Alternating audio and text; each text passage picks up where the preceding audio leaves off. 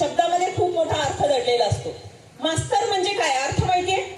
मास्तर, मातेच्या स्तरावर जाऊन जो मुलांशी एकरूप होऊन शिकू शकतो त्याला म्हणायचं मास्तर. आणि शिक्षिकेला बाई म्हणायचे लोक.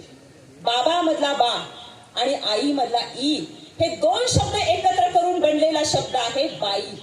त्यामुळे तुमची आई म्हणून तुमच्या समोर बोलताना, मोठी बहीण म्हणून तुमच्या समोर बोलताना जे तुम्हाला सांगावंसं वाटतंय त्यातली पहिली महत्वाची गोष्ट मी तुम्हाला सांगेन. मुलांनो, तुमचे आदर्श तुम्ही आत्ताच ठरवा.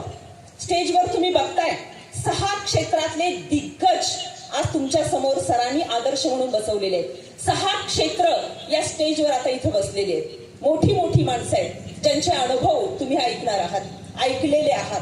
कायम त्यांना पाहून तुम्ही तुमचं मार्गक्रमण करत असता. तर आमची तुमच्याकडून अपेक्षा आहे की तुमचे आदर्श तुम्ही तपासून बघितले पाहिजे. एक मुलगा असा भेटला की ज्याचा आदर्श होता टायगर श्रॉफ. खूप बॉडी आवडायची त्याला त्याची. रूम मध्ये सगळीकडे टायगरचे पोस्टर्स, त्याच्या पॉकेटमध्ये पण फोटो होता छोटासा टायगर श्रॉफचा. रोज सकाळी उठल्या उठल्या बघायचा आणि मग हा व्यायामाला सुरुवात करायचा. पण त्या मुलाच्या वडिलांचं स्वप्न होतं की आपल्या मुलानं भरती व्हावं, यानं सीमेवर जावं, देशाचं रक्षण करावं. पण पोरगं सकाळी लवकर उठायचं नाही, रात्रभर उशीरपर्यंत मोबाईल मध्ये बसायचं, सकाळी लवकर उठायचं नाही, रनिंगला जायचं नाही. मग वडिलांनी एक युक्ती केली, त्याला एका चांगल्या अकॅडमीला घातलं आणि सांगितलं आता तू तिथं राहायचं आणि फक्त सुट्टीला यायचं. पहिली सुट्टी दिवाळीची, पोरगं घरी आलं आणि सुट्टीला आल्यानंतर थंडीच्या दिवसामध्ये आईनं त्या वडिलांसाठी चहा केला होता. वडील शेतात उंसाची दारं धरत होते आणि आई हाक मारून पोराला सांगत होती, मोबाईल जरा बाजूला ठेव, तुझ्या बाबांना एवढा चहा नेऊन दे जा. फुलपात्रामध्ये चहा गाळला होता. मुलगा गेला, ते फुलपात्र हातात घेतलं आणि वडिलांना शोधत शोधत बघतोय तर काय, बाप पाणी पाजत होता.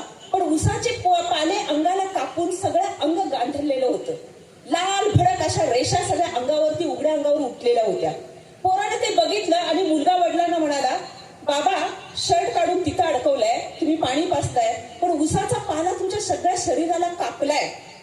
त्यावर वडिलांनी उत्तर दिलं, असू दे रे, आज लाल दिसतंय, उद्या आपोआप काळं होतंय, त्याची काळजी नाही. पण तुझ्या अकॅडमीची आता दुसऱ्या सत्राची फी मला भरायची आहे, त्याची जुळणी करायची आहे, त्याची काळजी माझ्या मनात आहे. तेव्हा मात्र मुलाला पायाखालची जमीन जरा सरकल्यासारखं वाटलं. पोरगं पळत पळत घरी आलं आणि पहिलं काम कुठलं केलं असेल तर भिंतीवर लावलेला टायगर श्रॉफचा फोटो त्यानं पटकन खाली काढला.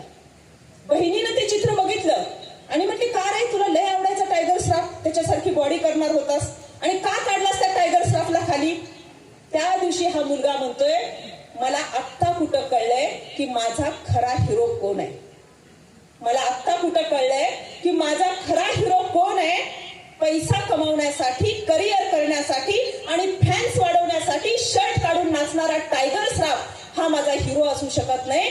तर माझ्या शिक्षणाच्या फीच्या काळजी करून स्वतःचा शर्ट काढून ठेवून उघड्या अंगानं, उसाच्या पाल्यानं, कातडीनं सोलवटून घेत कष्ट करणारा बाप हा माझ्या आयुष्यातला खरा हिरो.